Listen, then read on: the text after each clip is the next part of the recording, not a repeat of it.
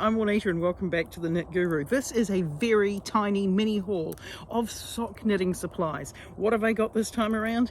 I've got these short sets of Addi knitting needles. Now what these are, if I show you my 4mm set, is they're very short and they come in a set of 3 needles.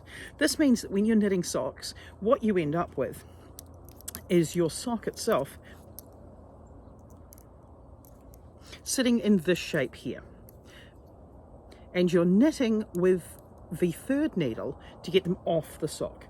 This is quite an easy way of keeping everything together. It's quite an easy way of making sure that you're not stabbing yourself with many pains when you're working with double pointed needles. So they're easier than the double pointed needles. This is not how I normally knit all of my socks, but what I've got is I've got a set in 4mm and I've got a set in 3mm.